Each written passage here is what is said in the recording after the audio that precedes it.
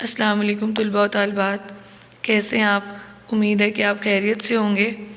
ہمارا جو آج کا عنوان ہے وہ تخلیقی لکھائی کا ہے اور وہ ہے خط نویسی۔ آج ہم یہ سیکھیں گے کہ خط نویسی ہوتی کیا ہے، اس کی کتنی اقسام ہیں اور پھر اس کے جو حصے ہیں اور اس کا جو خاکہ ہے اور خط کو کیسے تحریر کیا جائے۔ سب سے پہلے ہم دیکھتے ہیں کہ خط کی تعریف کیا ہے۔ خط جو ہے وہ عربی زبان کا لفظ ہے۔ خط کھینچنا ایک لکیر کھینچنا یا ایک راستہ۔ عام طور پر خط سے مراد وہ تحریر ہے جس میں کوئی شخص اپنے دوستوں، رشتہ داروں یا پھر کسی سرکاری یا نجی ادارے کو بطور رابطہ ارسال کرتا ہے۔ ڈاک کے ذریعے آپ ارسال کرتے ہیں۔ خط کو عادی ملاقات بھی کہا جاتا ہے۔ عادی ملاقات اس لیے کہا جاتا ہے کیونکہ جب آپ کسی کو خط لکھتے ہیں تو اس کو اس طرح سے خط لکھیں کہ اگلے انسان کو یہ لگنا چاہیے کہ جیسے آپ اس سے بات چیت کر رہے ہیں۔ گھریلو زبان کا استعمال کرنا چاہیے، سادہ اور سلیس جو ہیں وہ آپ کے جملے ہونے چاہیے، بالکل بھی پیچیدہ اردو کا استعمال نہیں کرنا۔ خط کے ذریعے ہم اپنا حال احوال دوسروں کو بتاتے ہیں اور دوسروں کا حال احوال معلوم کرتے ہیں۔ خط کی کچھ اقسام ہیں، ایک غیر رسمی خط اور رسمی خط۔ آپ خط کی کتنی اور کون سی اقسام کے بارے میں پڑھ چکے ہیں یہ آپ نے بتانا ہے۔ غیر رسمی جو خط ہے، یہ خط لکھنا روزمرہ کے معمولات کا حصہ ہے۔ ہم اکثر اپنے عزیز و اقارب رشتہ داروں کے نام خط تحریر کرتے ہیں جن میں ہم اپنا حال احوال بتاتے ہیں اور ان کا پوچھتے ہیں۔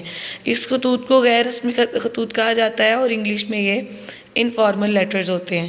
اور جو رسمی خط ہوتے ہیں یہ ہمیں مختلف محکموں کے افسران کے نام لکھنے پڑتے ہیں اگر ہمیں ضرورت پیش آتی ہے تو، جن میں محکمے سے متعلق ہم کسی قسم کی جو ہے وہ درخواست کرتے ہیں، گزارش پیش کرتے ہیں، جیسے کہ ہمارے گھر گیس کا کنیکشن لگوا دیں، گیس کمپنی کے نام لکھیں گے، ہم پرنسپل کے نام لکھیں گے۔ اگر آپ کو پرنسپل کو خط لکھنا ہے، اس میں آپ کو کسی بھی جو معاملے کے بارے میں بحث کرنی ہے یا ان کو بتانا ہے یا ان سے کسی چیز کی گزارش کرنی ہے کہ ہمارے کمرے میں یا ہمارے اسکول میں اس چیز کی کمی ہے تو ہمیں یہ چیز چاہیے، تو آپ اس کو رسمی خط کہیں گے۔ آپ کی کتاب کے اندر، آپ کے نصاب کے اندر زیادہ تر غیر رسمی خط ہیں اور ابھی آپ کو غیر رسمی خط کے بارے میں بتاؤں گی۔ غیر رسمی خط کے کچھ بنیادی حصے ہوتے ہیں جن کو آپ نے یاد کرنا ہے۔ مقام روانگی اور تاریخ لکھتے ہیں، پھر القاب ہوتے ہیں جن میں ہم کسی کو مخاطب کرتے ہیں جیسے محترم ابا جان، بھائی جان۔ پھر آداب یا تسلیمات ہوتی ہیں جیسے ادب سے گزارش ہے، یہ ہم رسمی خط میں لکھتے ہیں، اور پھر ہم جو غیر رسمی ہوتا ہے اس میں یہ لکھتے ہیں السلام علیکم، امید ہے آپ خیریت سے ہوں گے۔ پھر آپ نفس مضمون لکھتے ہیں، پھر دعائیہ کلمات، اختتامیہ ہوتا ہے اور کاتب کا نام، مطلب جو خط لکھتا ہے اس کا نام ہوتا ہے۔ سب سے پہلے مقام تاریخ اور روانگی ہے۔ سب سے پہلے اوپر خط کے دائیں کونے میں خط کا مقام روانگی، گھر یا اسکول کا پتہ، امتحان میں الف ب ج لکھا جاتا ہے، اس کے بعد تاریخ لکھی جاتی ہے۔ جیسے کہ یہ آپ کو ایک طرف خاکہ دیا گیا ہے، آپ یا تو امتحانی مرکز لکھیں گے یا کمرہ امتحان لکھیں گے اور پھر اس کی جو ہے نیچے وہ تاریخ لکھ دیں گے۔ تاریخ آپ بالکل ایسے ہی عربک اور اردو کو ملا کے لکھیں گے۔ اس کے بعد القاب آ جاتے ہیں۔ اس کے لیے ایک سطر کی جگہ چھوڑ کر سطر کے عین مطابق درمیان میں خط لکھنے والے کو مخاطب کرنے کے لیے جو الفاظ لکھے جاتے ہیں انہیں القاب کہتے ہیں۔ القاب خط لکھنے والے کی عمر، رتبے اور رشتے کے مطابق لکھے جاتے ہیں۔ جیسے اگر دوست ہے تو اس کو آپ پیارے علی بھی لکھ سکتے ہیں، لیکن والد صاحب ہیں چونکہ وہ محترم ہے تو ان کو محترم والد صاحب لکھیں گے، اور اگر استاد کو لکھتے ہیں تو وہ استاد محترم ہے، اور اس کے آگے پھر آپ ندائیہ لگاتے ہیں۔ پھر آداب یا تسلیمات ہے، آپ السلام علیکم لکھتے ہیں، تسلیمات لکھتے ہیں، یا پھر آپ آداب کا لفظ استعمال کرتے ہیں۔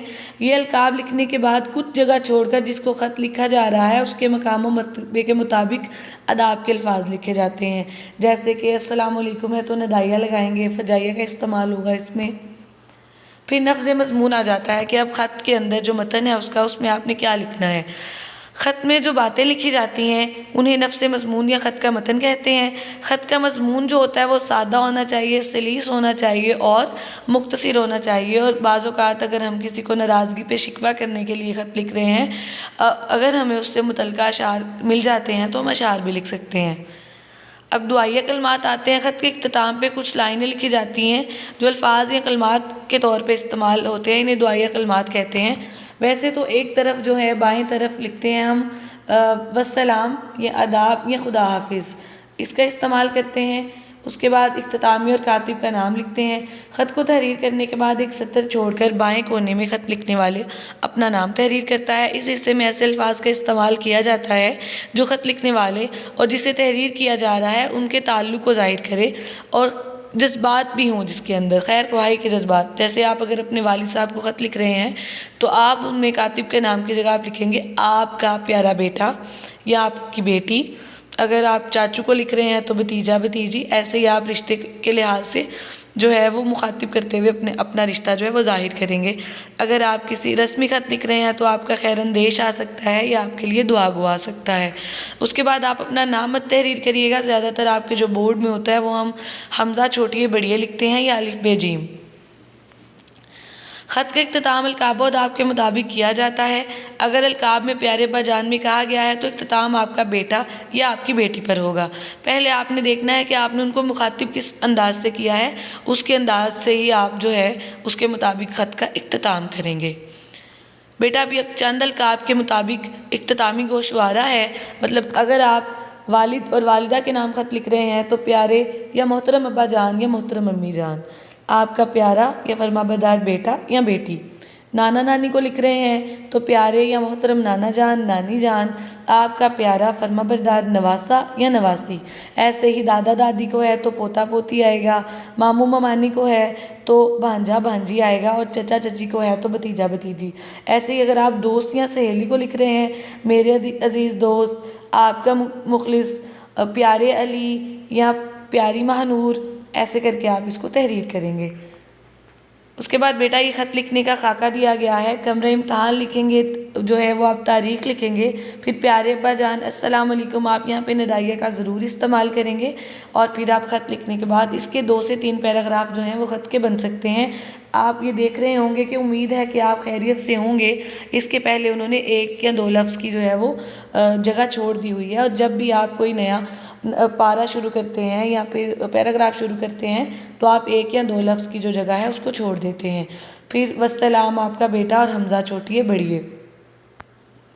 ایسے ہی بیٹا آپ کے جو آر او کے نوٹس ہیں جو آپ نے مجھے یقین ہے کہ آپ نے خرید لیے ہوں گے، اس پہ یہ جو 3rd والا خط ہے تیسرا، اس کا آپ کو طریقہ کار بتایا گیا ہے۔ آپ نے اس کو جو ہے اس کو مد نظر رکھتے ہوئے خط کو تحریر کرنا ہے۔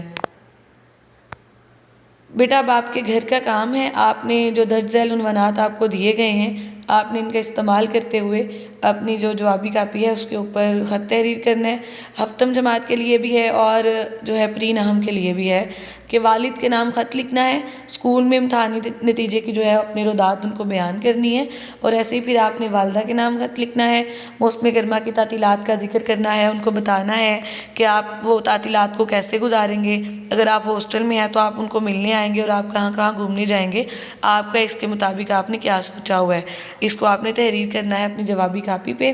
اور کوشش کریں کہ جب آپ تحریر کر لیں تو مجھ سے ضرور رابطہ کریں اور مجھے بتائیں کہ آپ کو اگر کسی قسم کی مشکل پیش آ رہی ہو تو مجھ سے رابطہ کریں۔ میرا واٹس ایپ نمبر جو ہے وہ آپ کے پاس ہے، آپ کے گروپس میں ہے، تو آپ جو ہے وہ رابطہ کر کے پوچھ سکتے ہیں، اور ان کو اپنی جوابی کاپی پہ باقاعدہ اچھی طرح سے پریزنٹیشن کے ساتھ آپ نے اس کو تحریر کرنا ہے، صاف اور ستھری لکھائی میں تحریر کرنا ہے۔ اور یہ بات یاد رکھیے گا کہ حاشیہ آپ نے ضرور لگانا ہے، بلو مارکر اور بلو پینسل کا آپ نے استعمال کرنا ہے۔ امید ہے کہ آپ کو خط لکھنے کا طریقہ سمجھ میں آ گیا ہوگا اور آپ اس کو ضرور تحریر کریں گے اور اس کو یاد کریں گے۔ شکریہ۔